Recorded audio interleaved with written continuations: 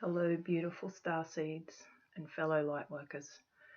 My name is Gabe, and I just wanted to share with you. I've felt very compelled to jump on and to make a video for quite some time, but there has been an incredible amount of resistance to doing that.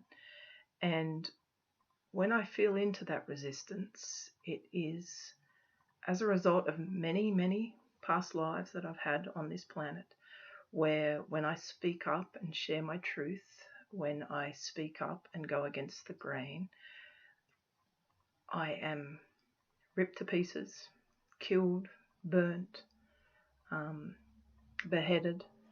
And I know many of you will have these experiences, these flashes, these insights to other lives that you've had on this planet as well. But my soul just won't let me rest. I keep being nudged and nudged to stand up, to speak my truth, to share what is happening on planet Earth. Many of you already know that something is happening, and I've been called and inspired and compelled to just get on YouTube and to share a video about my journey in becoming my authentic self. It's been a very long journey to get here. Probably like you, I have spent many, many years playing roles for other people, allowing people to label me, allowing myself to place labels onto my own being based on what I think other people's expectations are of me. And what I found is that just turned me into a people pleaser. I was forever doing things for other people based on what I thought they needed from me. I was playing the roles that had been assigned to me at a very young age, which I had not managed to break free of yet. And I found that it was incredibly difficult to be my true, authentic self and to feel accepted, to feel loved, to feel validated.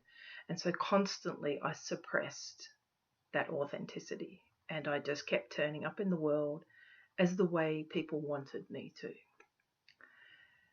My soul was not happy with this and had given me many different warnings and many different scenarios for me to encounter to try and overcome, usually involving illness or injury, and I kept ignoring them.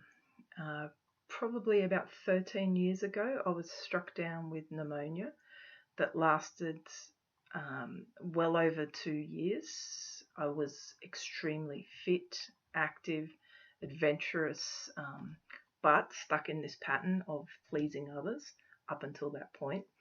And then I was struck with this illness, and I went from being super fit, going to the gym 5-6 days a week, to not being able to walk around the block without losing my breath, often passing out between my lounge room and the bathroom, or at least feeling like I would pass out and lie in the hallway while I regained my strength.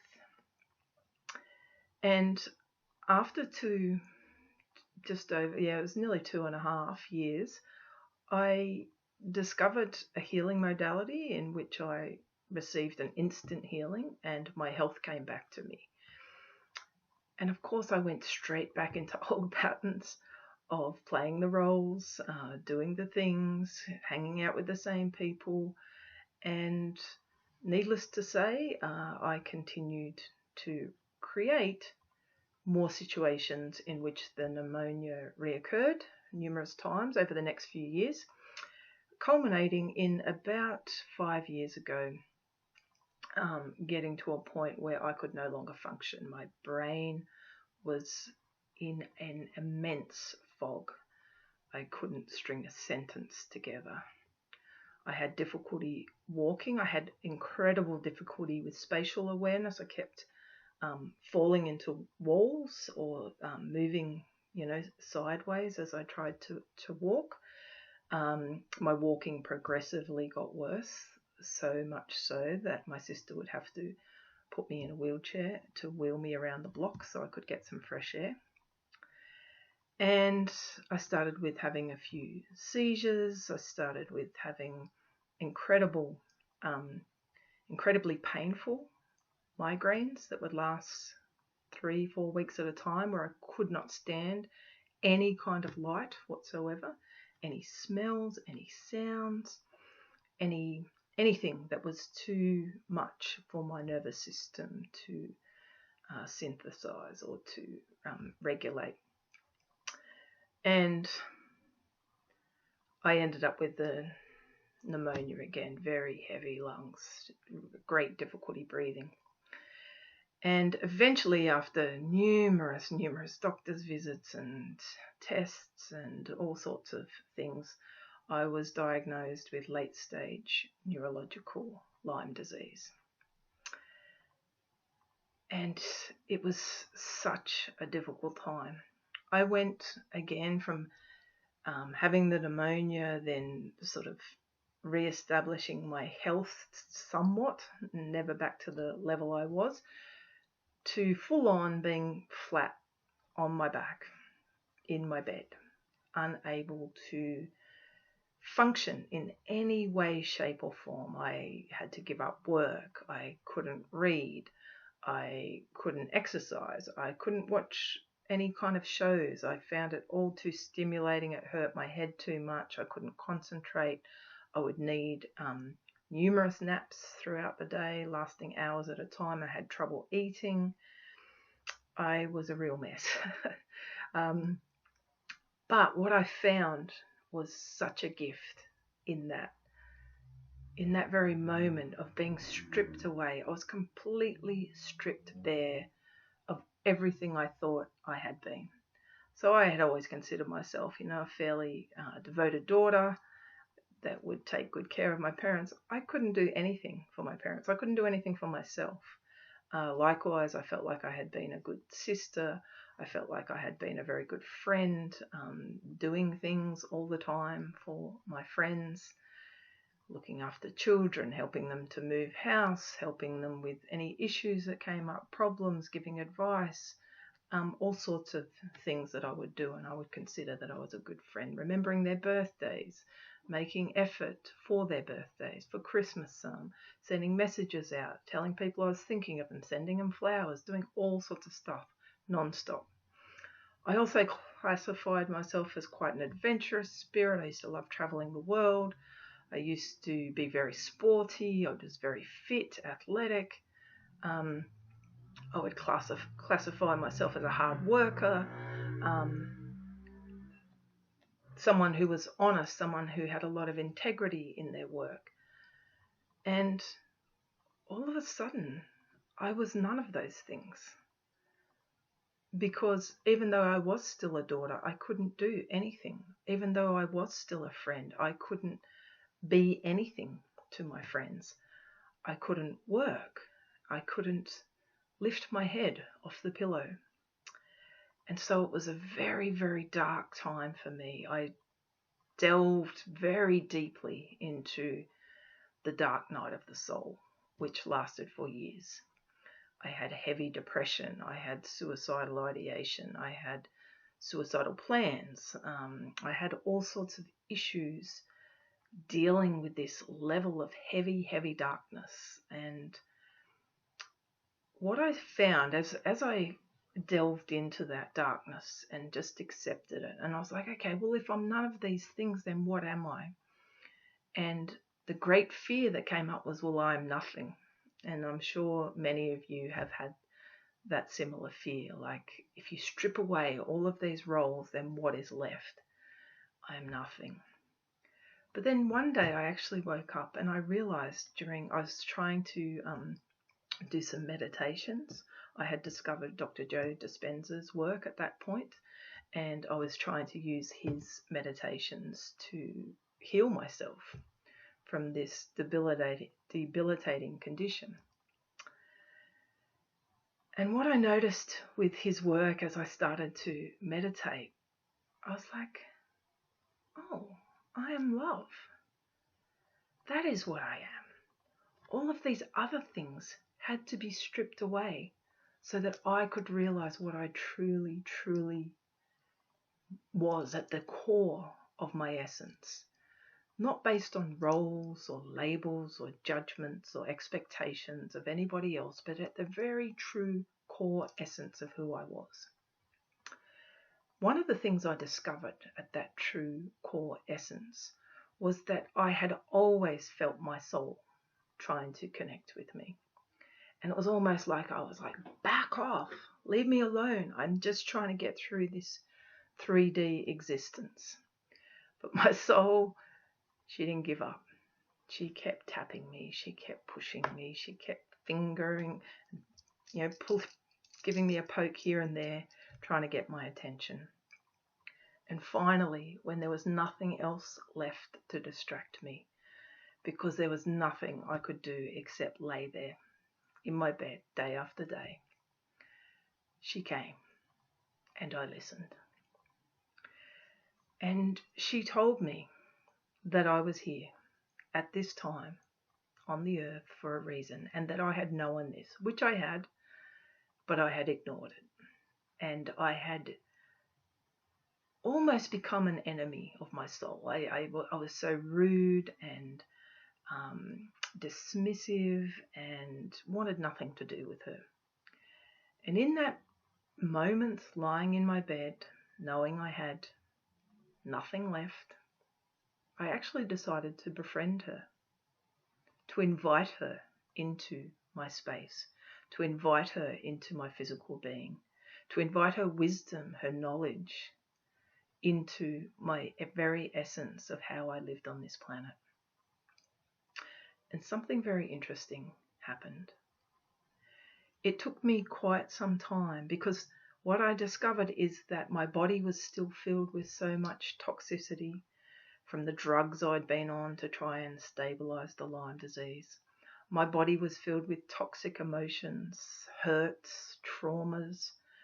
My body was filled with all the ancestral traumas from my background of my parents and their parents and their parents. There was a lot of trauma in my ancestral line. There was a lot of trauma in my cells that I carried in the DNA from my ancestors. There was a lot of trauma in my own life from the choices I had made and the existence that I had chosen throughout this physical world. There was a lot of negative thinking and beliefs that I'm not worthy, that I'm a piece of shit, that I'm unworthy for love, for abundance, for any kind of care. And I started to realize, particularly as I started to recover a little bit, I started to read Dr. Joe Dispenza's book, Breaking the Habit of Being Yourself, and realized I had been addicted to my own thoughts, my own negative thoughts, which then created a chemistry within my body, which then fed back up to my brain, ensuring that I would be stuck in this loop, this pattern. So I started to meditate, and I started to listen, and I started to connect, and I started to heal. And as I healed, I realized more and more. The more that I created space within my physical body by clearing out toxicity,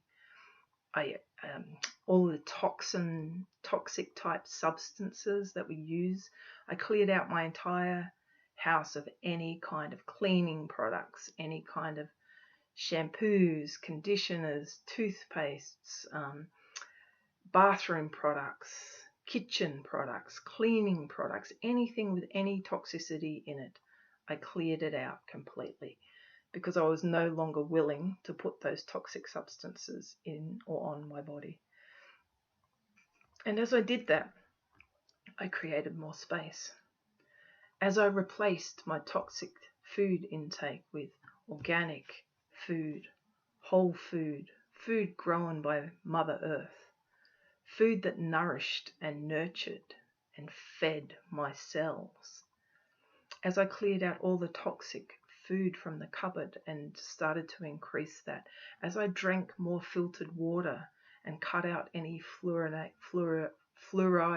water, I actually started to notice that there was more space for my soul, my spirit to come in my body. And I kept on this journey. I kept clearing. I kept moving. I started working with different healers, psychologists, spiritual healers, energy healers, hypnotherapists, psychotherapists, to clear out all of this old trauma, all of this space that was being taken up within my body. And as I cleared it, I noticed I felt lighter.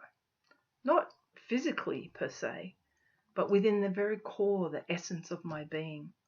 I felt my spirit coming to life. I felt my soul starting to respect me because I was listening to her. I was no longer blocking her out. I was no longer dismissing her. I was no longer saying, I am not going to listen to you. And the more I did that, the more I actually was able to become my authentic self. I stopped suppressing my spirituality around friends in case it made them feel uncomfortable. I stopped suppressing the real me about who I was and what I believed in. I started telling various friends that I am not of this planet. I came here at this time. I knew this since I was a child, but I suppressed it because I knew how people reacted, and I had those deep traumas and those deep memories of what had happened to me in previous lives when I had spoken up.